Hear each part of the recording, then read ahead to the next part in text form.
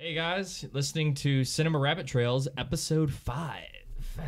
$5 foot long 5. All right, sorry. I told you guys I'm dangerous on a microphone. Right. I'll shut up now. Okay, so we just finished watching Spirited Away. It is apparently the second highest grossing anime film of all time. So I thought that was kind of all time or in was it Japan? I think all time actually. Film, not show. Keep in mind. I was gonna say things like Avatar, Gone with the Wind. Those are really big box office. Right? No, films. just anime film. Okay, anime film. Sorry, did I just say film? You just said of all time. So maybe Yeah, I missed you said anime. Yeah, but anime film of all time. Sorry. All right. Anyway, Gotcha. So, David, you want to give us a summary of the film? Sure. So without trying to give any spoiler alerts. So it's the story about Chihiro and her family. The movie opens up in the car, and so they are driving to what's going to be the new home, new city, and of course her mom and dad are trying to be optimistic. She's very much, I loved our own home, my way to do this. So definitely there's that tension and relatability that we all feel of, like, I want to go back to where things are familiar and safe. And so along the way they find this, what would you guys call it, a temple of some sort? Well, it was like a cartoon temple, basically, because it was. Well, it's a former carnival of some sort. But so it was made to look like one. So they go there by accident on their journey there, and her dad is very adventurous. He's like, "Hey, let's go inside," and so they do, and it's basically an abandoned carnival. And as they progress, there's this buffet of food, and her parents are more adventurous. So like, "Oh yeah, let's go ahead and sit and eat," and they continue to eat. And Chihiro's like, "I'm done with this. I don't care," and so. To kind of make a long story short, the place is kind of enchanted. So as they're eating this food, her parents actually turn to pigs. And so she's stuck in this almost spirit world. And she runs into, what was his name? Aku. Yeah. Aku is someone who kind of helps her on her journey. And so basically it's the story of her being stuck in the spirit world, spirited away, stuck in the spirit world and trying to find a way to get out, break the curse over her parents. And also it's along this journey, it's her coming of age, learning about courage, love, sacrifice, and the willingness to do the right thing at great costs. Okay. Yeah, sounds pretty good summary. It's a good summary, yeah. Very good summary. Thank you. All right. Suggest you watch the film. Now, it's definitely a weird one. We were even saying how funny it is that we use metaphors, of course, metaphorically, to get a point across. In the film, there are no metaphors. Like, the metaphor is the actual thing in it's of right itself. in your face. If you can't grasp it, it's probably not a metaphor. It's probably nothing. It's just something. Well, like talking like gold's like dirt. Like literally, the gold does turn into dirt. Yeah. So it's hilarious. So, anyway, so who has the first point? Who thinks their point is worthy of the first? Well, I guess I'll start then. All right. Okay. Here we go. Well, as you see, even from the beginning, that Chihiro, the main character, she does have a stubbornness. You could almost say a stubbornness and independence about her, resistant to what her parents are suggesting, including the part where they're eating, consuming all the food, and she's trying to stop them, and she just senses something is amiss. Something's not right, and so she's trying to lead them away, and you see the consequences of that. But along the way, you also see the way she engages with the characters, and she's she almost symbolizes an innocence through the film. And so as you notice the way she engages with each of these characters, she's far more forgiving and just seeking redemption for the characters that she runs into, particularly with one character who we'll speak about, No Face. It's kind of a ghostly character. But I wonder why. Because he doesn't have a face. What? Anyway. It's late. I'm sorry. So, and you'll find this No-Face character was worthy, what others thought was deserving of punishment for what he did, which we will go on to explain what that is. But just on this first point, is she gives others second chances, and this really brings out her character.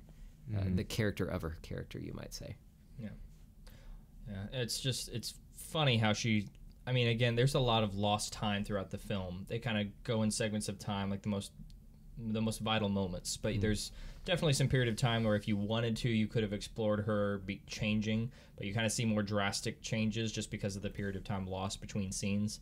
But it's an interesting transition to see her go from this helpless, spoiled little girl into someone who actually is able to change people's lives just by being around them and them watching her. So. Yeah. Well, that's interesting. Like, as she does, she does find a way to get out of the whole spirit realm. You do see this camaraderie that everyone is so excited that she found a way to get out. And you see how everyone's excited for her that, hey, she made it, and they value her so yeah, definitely. They do, and in the end, you see the way their faith is restored. Yeah, so absolutely. It's really what she brought out. It reminds me of a quote that I love. I forget who said it. It says, when courage is displayed, the spines of others are stiffened. I think it was Billy Graham who might have said that, but just this idea that when we see courage act out, it gives us courage is contagious. Yeah. So. Oh, and that's a good point. Yeah. I think the opposite is also true. Laziness Absolutely. is definitely contagious. I mean, you just think of a yawn. When I yawn, it makes the other person want to yawn, and you get this whole yawning train going. So, experienced that this morning at church after. Yeah, that was great. Great sermon this morning, huh? No, the sermon was good. It was. Anyway, what was I going to say? We were talking about what? I went off on a yawning tangent. Her ability to restore their faith. Yes. Okay. So, there were especially one very strong symbol of her being kind of like almost Christ-like character, visually speaking. Again, she's obviously not because she's flawed in the beginning, but you have her. It looks like she's walking on water at one point near the end of the film, but it's actually she's walking on train tracks that are just below this. There's been a lot of rain. And that actually, now that I think about it, that's kind of almost a reference to the flood. Like all this rain has actually like cleared away, and like it's now a bright new day. It changed. The rain stopped falling whenever her world changed. That's kind of anyway. Rabbit trail there, but yeah, the visual looks like she's walking on water, and you have these two, this fly and this mouse on her or rat that are on her shoulder. That again, there's a lot of magic in this film, but they used to be a big baby, which is one of those metaphors that's right in front of your face. That's not even a metaphor because it was this giant baby that was literally the most annoying. It was Honey Boo Boo, basically. Okay. It was Honey Boo Boo in a cartoon. And this vulture that was like a minion for this witch that controlled this whole place. But they turn into a fly and a mouse, and they're now on her shoulder, and they're like following her everywhere. Like she's walking on water. It's like Jesus Christ and the disciples. Like it's right there in front of your face. Very, very strong symbolism there. Could say the most unlikely of followers. Yes, very unlikely followers, which who the disciples were. Tax collectors and fishermen. It was very unusual. But kind of to your point, though, like that courage kind of, it led her on a journey, and therefore it led everybody else on a journey. And so therefore these characters become changed as a result of being around her, kind of like the disciples were. Yeah, I was going to mention community. Absolutely. Because it's very unlikely community. Yeah, I definitely want to hit. You have these really colorful characters who don't seem to interact. Yeah, because I definitely want to hit on that later down the road. But one point I really wanted to mention right off the bat as well would be this thing about identity. Identity is a huge part of the film because her name is, I keep wanting to say Hiroshima, but it's not. Chihiro. Chihiro, thank you. That's an explosive name. Yeah, there we go. More puns to come, to be sure. But that's her name. And what's interesting is when she first comes to the spirit world, for her not to disappear, she has to get a job there and has to sign a contract by this witch. And so when the witch, she signs a contract, she says, "You're mine now." So she writes down her name, and you can see the witch, how she changes something about the name to where her name goes from that to Sen, which we were curious, like thinking sin, is it S-I-N? But we looked up, it said Sen, which means S-C-N, which translated means 1,000. Right. Don't know why. And one of the big themes about this, and one of her friend that she makes in this film is, if you get stuck in this world, you tend to forget your name. And if you forget your name, you are stuck there forever.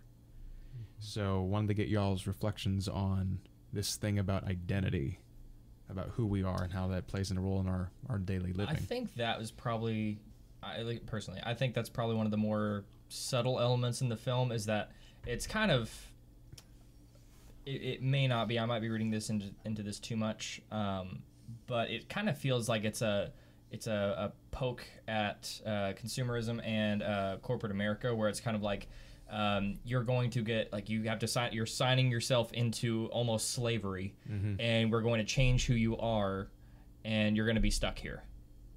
I guess that's kind of, it's almost like a poke at that. Now, I personally don't think that's necessarily the case. I think there are people who do get lost in corporate world, but I think that's, if that's what they were poking at, I think that's definitely not quite the right thing to poke at in the right way. But it's still a very well done point, regardless of whether you agree with it or not. But my thoughts on that, at least, that's what I got from it. Yeah, and you could say that it also gives the hero they are oppressed with something. So you could say in the sense of the story, they are under an oppression of some kind, and they're being redeemed from it. Yeah. And so if you create dire circumstances like that, then it allows for more redemption, you could say. Okay. Because there's a lot of different ways you could take a story, of course. True. But that was one angle they took. Still, yes, again, I agree. Still very interesting. The other thing on identity that you mentioned was Aku, because he started to lose his identity. And real quick, Aku is the friend that she makes in this journey, and he's very critical with helping her. Really, he's the one who gives her a fighting chance, because he saves her at the beginning. He gives her this card that actually has her name on it, and he says, just don't forget your name. And Aku has forgotten her name. Bless you. Aku has forgotten his name, and so he's a big part of the story, and he has a lot of magical power with the story. But anyway, continue. Yeah. So as far as identity, he is the one who forgot his name. So as we mentioned earlier, they are given new names in the new world, in their workplace, you could say. And he forgets his. And eventually along the way, you see that Chihiro helps him to find his identity again. Yeah. But in the meantime, he's lost. He does make himself... He makes for himself a way in the world, but he loses it along the way, as opposed to Chihiro. Yeah, that's actually interesting. You playing off that, because I picked up on Haku's kind of type throughout the entire film is he's kind of the warrior type. Like, he's the fighter right off the bat. He helps. Literally, he is a dragon. He is. Yeah, he actually literally is a dragon at points in the film, but he goes back to human form. But he is actually a spirit. That's what's interesting to me, because you kind of get the idea that only humans get lost here and get their names changed, but it turns out spirits too. But spirits actually get lost here. But it's funny, because now talking about identity and losing your identity, he actually got lost in rebelling. Like, his job to him was basically being a rebel, and it lost him who he actually was. A rebel for himself. Like, he's rebelling against the authority, and he actually lost who he truly was in the fight. So trying to constantly rebel against authority. Now, granted, in this case, he's definitely got he's got the right view. This is an authority that definitely needs to be rebelled against. But he did lose his identity. So you could say he was a rebel without a cause, almost? No, he definitely had a cause. I'm just saying, like, almost like you could kind of relate it to, like, almost like PTSD things, in not really the same way. I don't want to equate it to that, but just to make the metaphor work, if you're in the military, you go off to a war zone, you fight, something traumatic happens, or you're there for so long, you only think of yourself as a soldier, and you kind of lose who you were before then. You lose that part of you. You kind of become the same person as everybody else in that war. You've been reduced to a type. Pretty You're much. a soldier. Yes. That's it. Yeah, that's what you're reduced to. And again, this is just to make the metaphor work. So, but there are definitely examples of that. And kind of to summarize that point, another quote that I really like is, your identity determines your behavior or your destiny.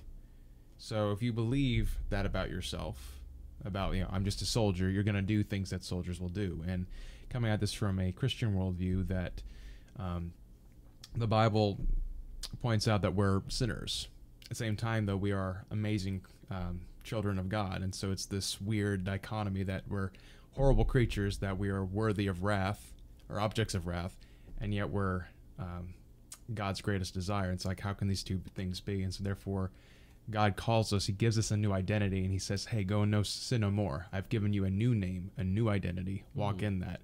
And so when we believe things about ourselves, just today, even at church, I was just realizing how much fear dictates so much of my life, so many of my decisions.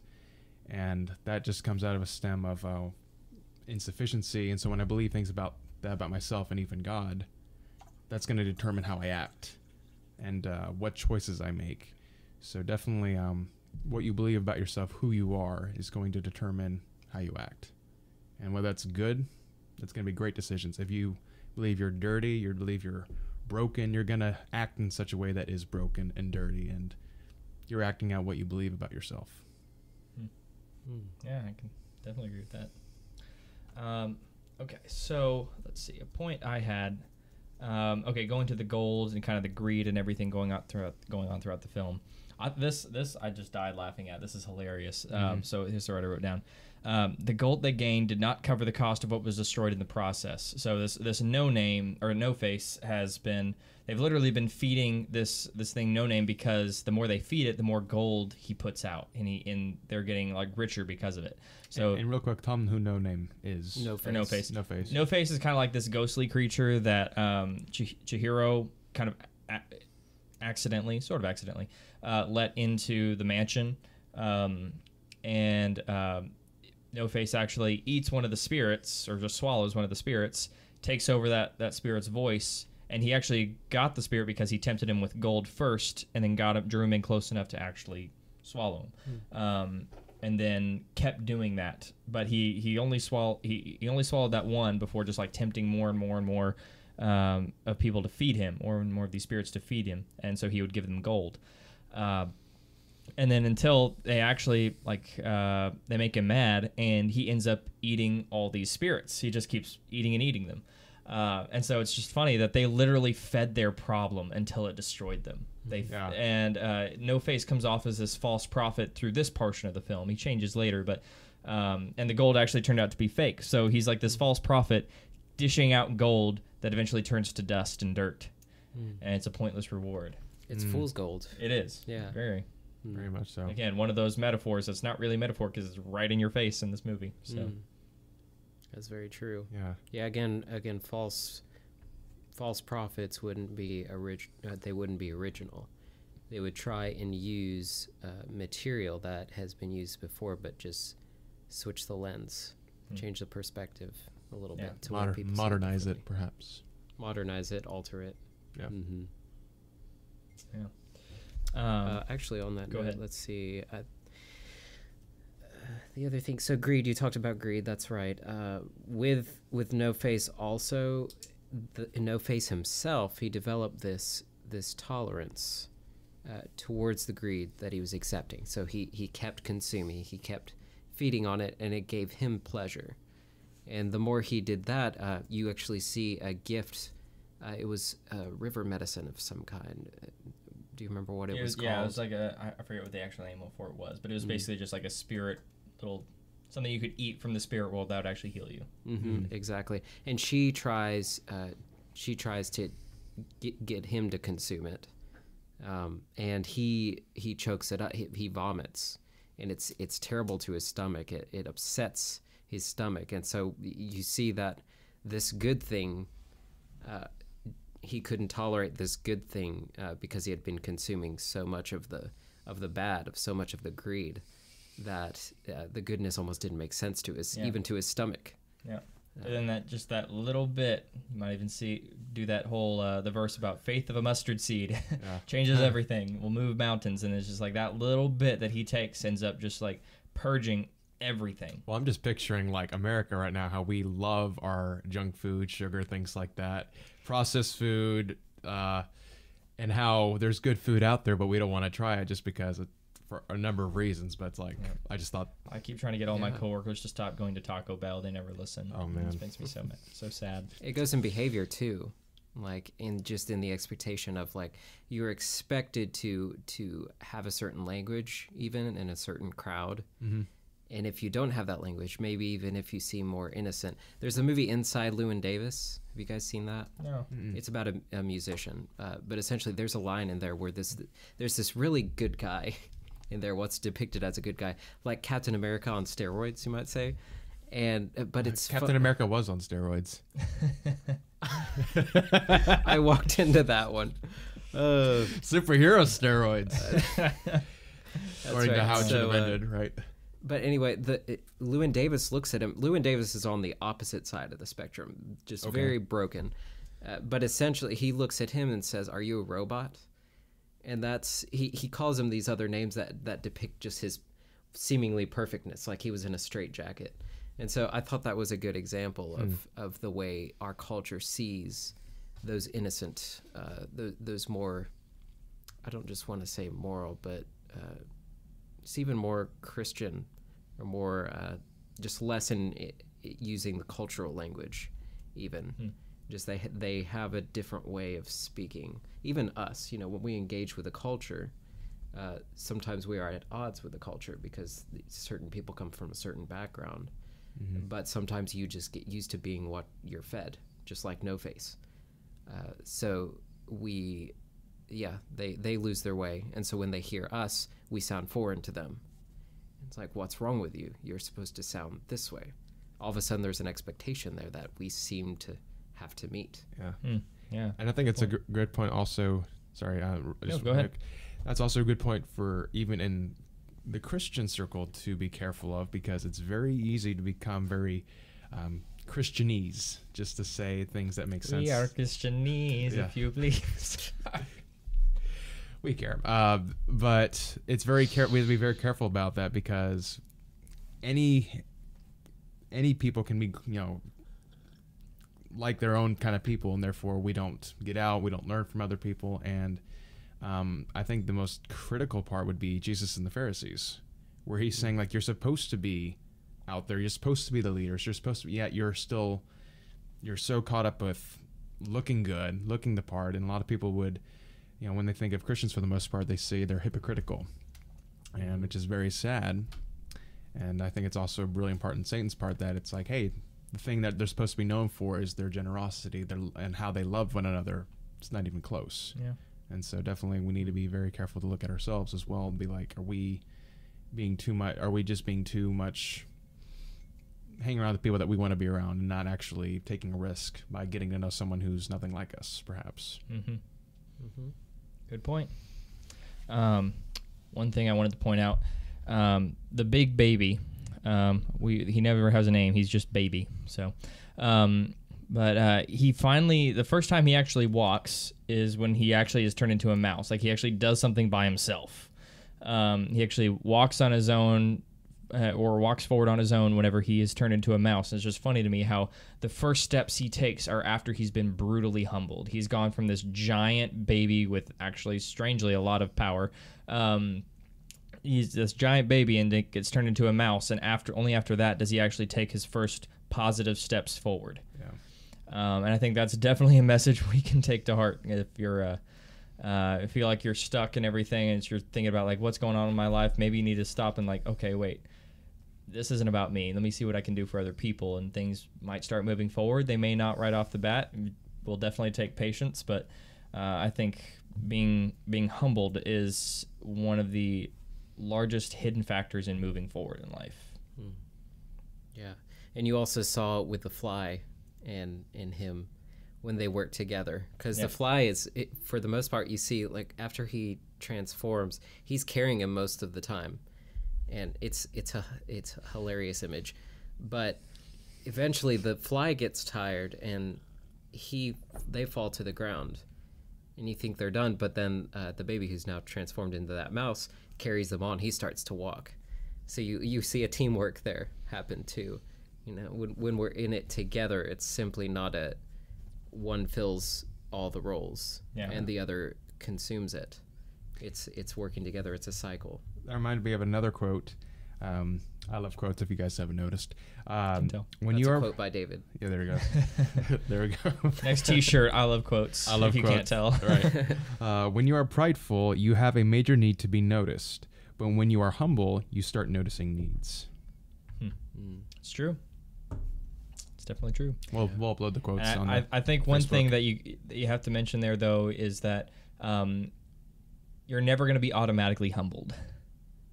It's very rare for it to happen. Like if you're manually humbled by an outside force, it usually is included with humiliation. So if you're actually going to take positive steps forward, you have to realize that you're being prideful and humble yourself down to a lower level. Not so like okay, Right. for and a classic example like you're being prideful and you could point that to anything you want. I mean, you could be prideful in a lot of different ways, but you realize there's a lot of pride in your life. It's like take a step back, like go to a homeless shelter, go out on the street, see if you can help somebody out. Just physically start trying to notice things that you can help others out with, and it will change your outlook. But if you stay prideful, eventually it's going to lead to humiliation, which as long as you have an open enough mind to receive the humiliation, then you can be humbled and that'll change later on. But well, the pushback with humility is regardless, it's always a somewhat painful experience, because even if you recognize you're being prideful, you're going to have to do a lifestyle change and recognize that I need to change the way I have to change. Yeah. And that's not comfortable.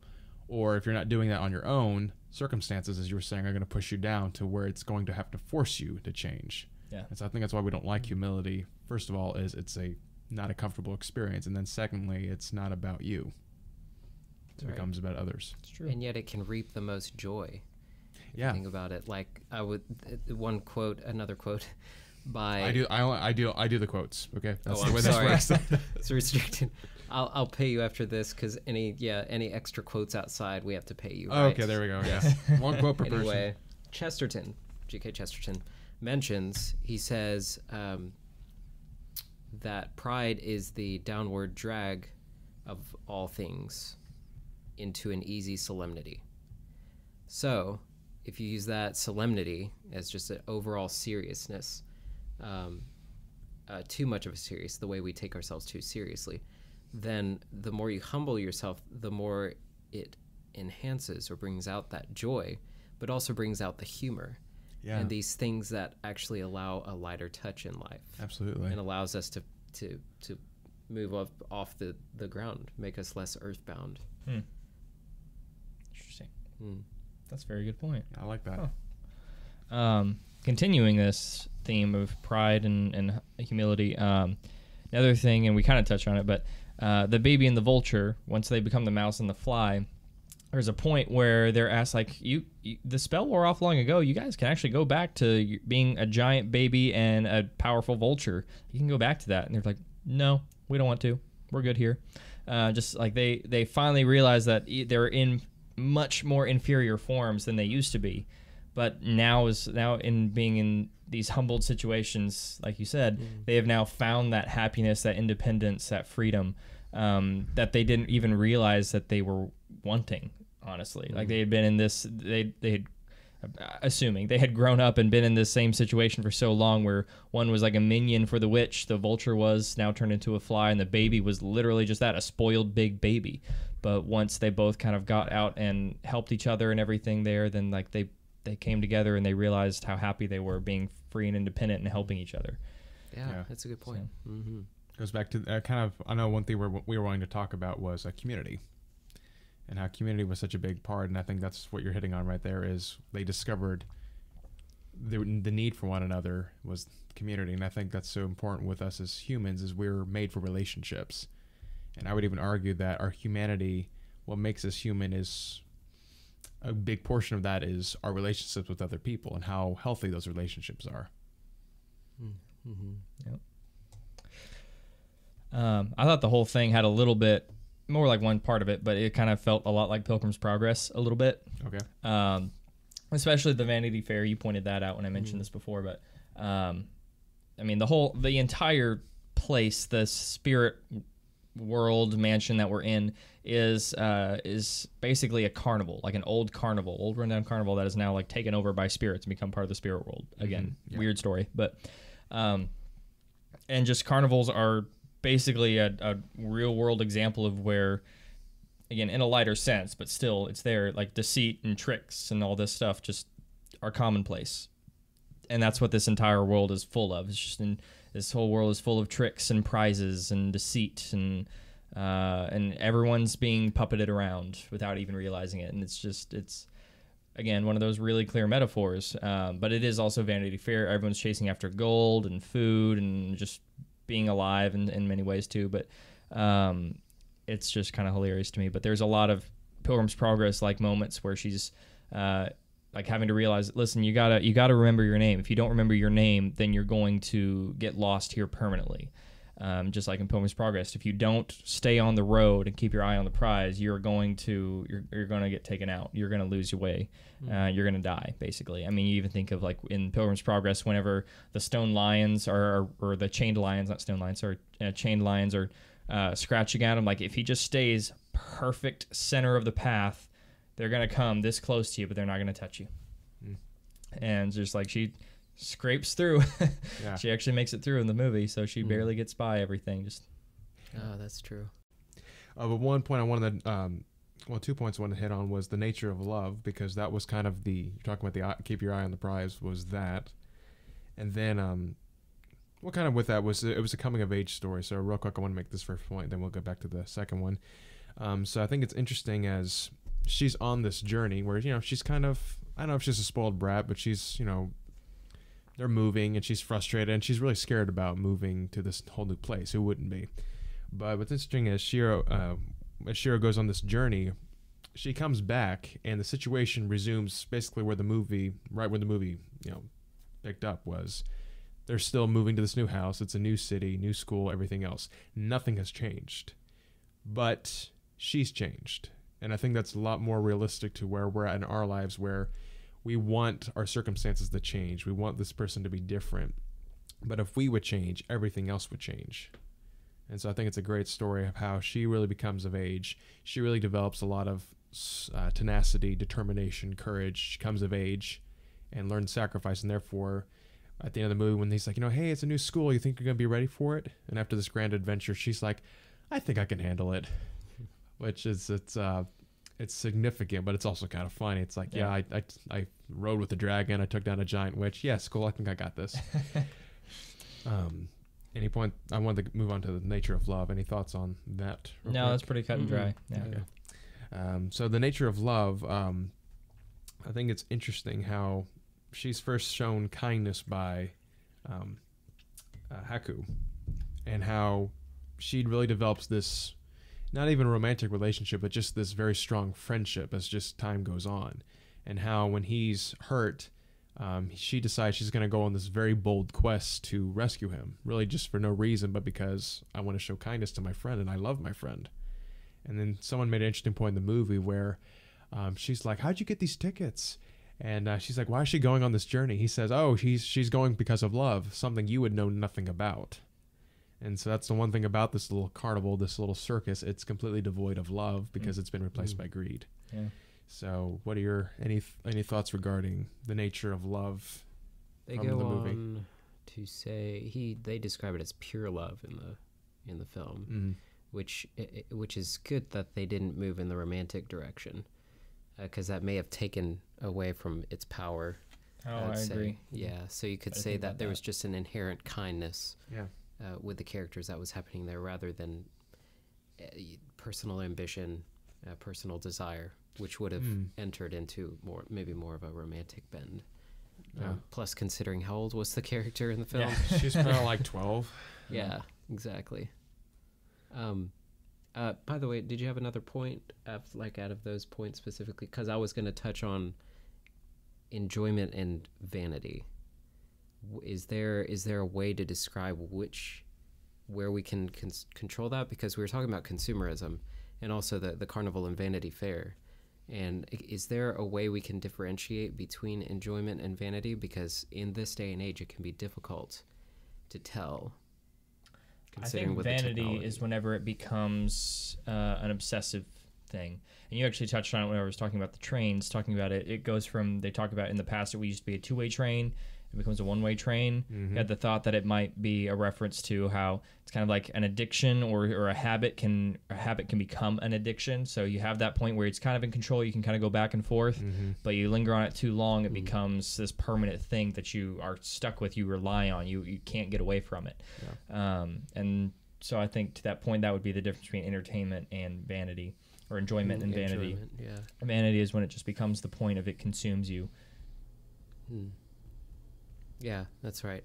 It can be difficult though, considering convenience and how you interpret that convenience. As far as, is this just a mere convenience that we can actually enjoy, or is this something we can do without and we're just using for our personal gain? You might say. Yeah. So just some things to consider, for, especially for the individual to consider. Just personally weigh what you're giving your time to, because there are things that are far more significant that will play into your entire life, as opposed to those things that take up small segments within your life. Yeah, I think there's one thing it kind of came to fruition before I moved here to Nashville. My pastor at my church back in Arkansas they were starting this really direct drive on making disciples who make disciples. And kind of during that time, I had gotten this idea of like, I've been focusing on my problems and what I want out of things, and I think that sneaks up on us, especially even as Christians, or especially as Christians, very, very often. I think that's a natural thing to do for a lot of people outside of Christianity, but Christian culture, I think it's very easy for us to slip in that on a regular basis, and we don't think we're doing that. But there's a concept that I honestly can't remember if I came up with the concept or my pastor said it, and it kind of sparked in my mind. I honestly don't remember. We'll give you credit. Okay. Okay. But the idea of investing in people, I thought that's an interesting concept. Literally, like setting, like you could go all out with it and literally have a calendar or a daily schedule. Like, all right, I'm going to schedule this time to look for opportunities to invest in people around me, whether I know them or not. Whether if it's even at work, a customer, it's like, all right, it's 3 to 4. My phone's reminding me, hey, listen, you need to invest in people. It's like, okay, let me look around here, see if there's anybody I can truly help. Like, I work in sales, so it's gonna be like, okay, let me make sure that me talking to this person is me trying to help them obtain their goal, not trying to up my sales and get my numbers higher. Just even a reminder on your phone, it sounds cliche or almost too planned, like, things like that aren't supposed to be planned. You're supposed to just naturally do it. Well, maybe in time. Maybe it's like a muscle. You got to exercise exactly. Because the key is it's got to be genuine. Yeah. Because if people know when you're trying to just butter them up and they hate it, but if you're being genuine, like, I genuinely want to help you get better, whatever your goal is. Yeah, I think exactly. they really appreciate it. It's definitely a practice muscle. So yeah, I mean, it might sound weird, but literally schedule in your phone a reminder, say, hey, invest in people, be humble, say a prayer. Just, I mean, it's useful. Become habit. I mean, what is it? 30 days to make a habit. So yeah, something like that. Just basically be a decent human being. There's your New Year's resolution, everybody. Be a human being. Be a decent human being. Yeah, something like that. But. What else? Let's see. Other thoughts in the movie. Okay. Okay, go ahead. I was gonna say you made. Came up with a point. Yeah, same time. Did you make I don't know if you already made the point about innocence. Yeah, I did for a moment. Okay. Did you have anything else on that? No, I was just checking my notes. So. Oh, okay. The other thing were the visuals. I think it's worth mentioning something as far as the visual beauty of the film. Yeah, it's actually funny. I really have to laugh looking back now at the witch who actually ruled everything. The first time, like, Chihiro actually walks into the place where she lives, or she's dragged in, technically, the animation changes in the backdrop. The entire backdrop of it is, like, very detailed, very high resolution, like, all these beautiful carvings. The walls are very, very smooth. It's not like this cartoon block with some coarse shadowing and things like that. It's actually really, really high and smooth. And then at the end of this beautiful hall and everything, you have this crusty, giant-headed witch woman. and it's just kind of hilarious. It's like this they went to so much detail in this beautiful hall, and then the one running it, and the main object at the end of it, well, not object, that's bad, but just the main person, focus. The focus, thank you, I can't think of words, the focus at the end of this Words are thing. hard. We know. Oh, jeez. Anyway, the focus at the end of it is this just giant, really ugly, giant nosed woman who's running everything and pulling the strings and everything, and has this giant baby that she just pampers and kind of controls her life because of how much she lets him complain. It's just like it's just weird irony there that you have this beautiful hall and then just something so distorted as the focus at the center of it. That distortion, that's good, because look at all the characters especially they are human-like, and I think that's what makes it so strange. Is the personalities or the characteristics? I think both. Actually, if you look at them, for example, They had human. the evil, yeah. what was her name? Something Baba. Yeah, I actually forget. I forgot her name, but she had a very large head, and then you also Large head. She had a huge nose. and Well, the that nose. too. Let's talk about the nose for a second. Anyway, and also the helpers in there too. Again, all these creatures, they almost look like little elves, but at the same time they also looked human, and so Yeah. that's part of it too. That's you see that in other films and other tales, even just in other books. Mm-hmm. The way certain things, actually, if you read The Man Who Was Thursday, which is a great book, again by G.K. Chesterton, but he describes this one man in authority. The guy's name is Tuesday. I think it's Sunday, actually. But he describes his face as like, the way you see things up close, but there's other things that are far away. Like he described a lamppost right up near you, and then like a tree far away. He was like, that's his face. He described his face as something like you couldn't determine the distance and the proximity to you. And it was just really strange. And so just like with the visuals here, just something is not right. It still resembles humanity, but it's not. Yeah. So Reminded me of yeah. Alice in Wonderland and the Sure. Queen of Hearts. Oh yeah, She had, that's another one. giant head and everything, very, pulling puppet strings, everything there. So everyone served her. So You could use cinematography with that as well. I mean, the use of camera. For example, if you watch some of the Twilight Zone episodes, you see how things are tilted in certain points to tell you something's quite not right. Right. So it's great visual storytelling, you could say. Yeah. With that. definitely.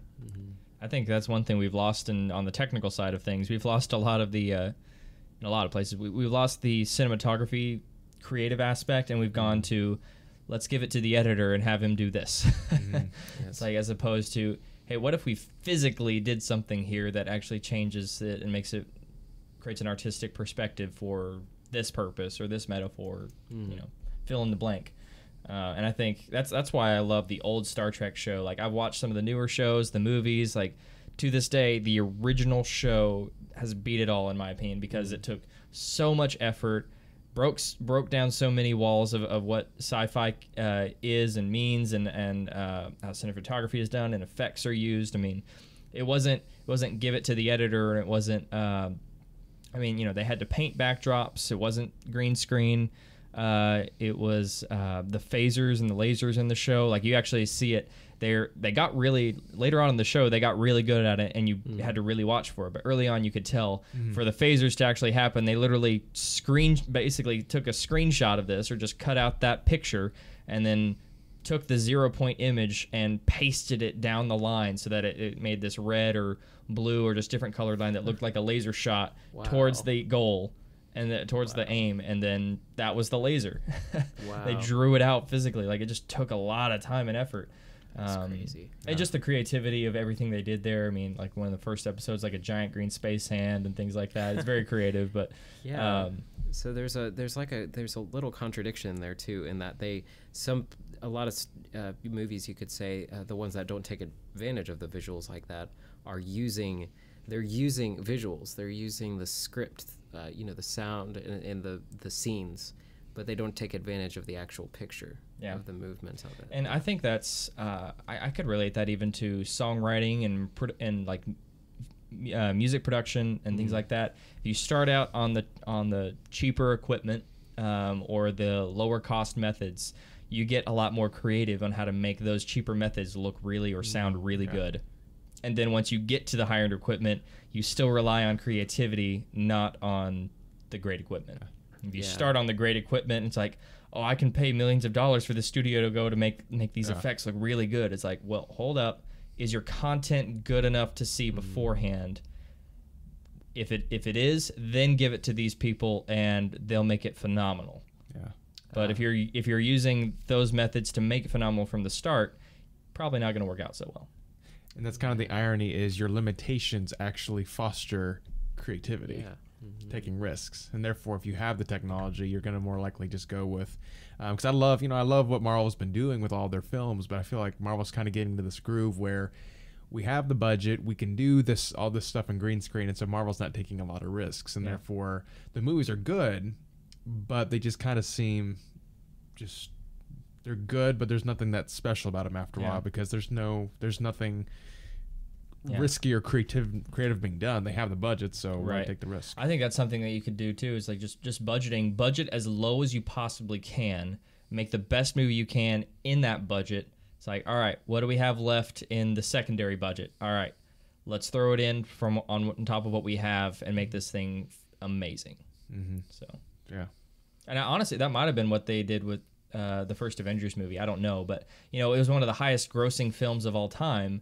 It was also the first time they'd ever done a collaborative superhero movie. Right. So they were, I'm sure they were holding back in some regards, in some ways, just like making sure that everything about it was so good, and it was. It is the best. It's really like the best movie we've had. According to the numbers, it's the best movie ever been made, to the financial numbers. But I mean, they probably reserved some cost on it just to focus, making sure that it's actually a really good film. They took their time, point by point. But once they had that method down, it's like copy paste, copy paste, copy paste. Right. So, do you think on that note, with Spirited Away, do you think the animation actually helped to limit it a little bit in terms of what they could use? Because they use CGI and they use other effects within a real film. So do you think that the animation for this one actually helped create maybe a little more creativity? Because I noticed sometimes the storytelling is better in anime series. Right. Well, I mean, this one, this came out in 2001, so it's an older one. So other than kind of like the really smooth backdrops that you could tell were like they took their time on, made it look really beautiful, I think this would have been pretty much all hand-drawn anime. So yes, I think it does. I think it does limit it well, just because it is hand-drawn. And there's still a lot of animes today that I believe are still hand-drawn, but they're using more and more effects and everything. But there are some, and you can tell because they're actually becoming hits. The ones that take their time with developing the story and the content are the ones that are succeeding. I mean, I'm very, very picky with anime, but things like Death Note was done really well. The movie was okay, but it wasn't anime. Attack on Titan is one of my absolute favorites. My favorite of all time is Full Metal Alchemist Brotherhood. There's so much symbolism that's, again, it's kind of right there in your face. Some of it's not. Some of it's very, very subtle. But great storyline. I mean, I don't really like animes that have the super goofy element to them. There's definitely some comedy in Full Metal Alchemist, but it's natural. It's human comedy. It's not this distorted kind of weird, like goofy kind of sensual girls just giggling all over the place. It's not any of that. I can't stand that in anime. I don't get most animes, or at least a lot of them, have that. I don't get it. That's enjoyable. It's weird, but yeah. So I think anything that's really just focused on creating quality content on a minimalistic level, and then putting the effort in once you've made sure that your content is really good, is going to succeed. I think there's a lot of good examples for that. I mean, Avatar is a fantastic example of that. He's spent years upon years. Avatar: The Last Airbender. Well, that too, but Avatar, also the movie. Okay. Yeah, I mean, he's spent years and years developing these stories, and he's waiting. He's very, very patient, making sure that, all right, this is gonna look good. This is like, I'm not putting anything out just because it's gonna make money. This is gonna look good. It's gonna be what I intend it to be before it gets released, before anybody sees this. Are you talking about James Cameron's? Yes. Yeah. James Cameron's Avatar. Yeah. Very good. Plus, he's James Cameron, so he kind of has the clout to be like, nope. True. Not yet. Well, we're coming up on an hour here, so any last points you guys want to make? I like the film. Well, I enjoy the film, and it was kind of like at first you're not sure where it's going, and it's kind of that coming of age story where it's like the point is not so much it kind of has a moral, but it's more about the character's growth. Like that in itself is the journey, which is kind of in our own lives, looking forward at what the journey is. It doesn't seem like it makes sense, but looking back, you're like, oh, okay, I don't have to know what's this epic journey about. It's the progression. That's the whole entire exciting piece. But You mentioned Disney princesses, didn't you? The Yes, difference between those two. That was funny to me because, and this is actually Dream and Devotion. I think you were going. Yeah, and it's funny because this is I picked up on this, and it's partially because my pastor actually said this morning in his sermon.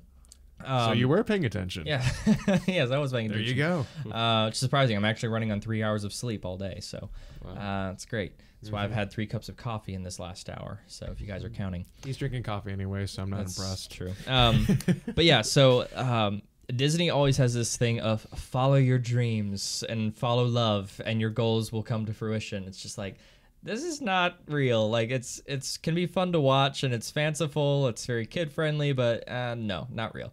Teaching the wrong thing here. And one thing in this movie is like she does technically. She kind of follows her dream in that she wants her parents back. She wants her life back, and but she's not sacrificing the others around her for that goal. That's one thing you can say. But She was willing to give all that other stuff up. yeah, to help the friends. that's true too. That's She was that really pure not love. eager in the beginning to take this adventure, actually. She Yeah. was thrown into this. Yeah, but you see her like she's told like you need to go to work and make sure that they don't let you not get a job.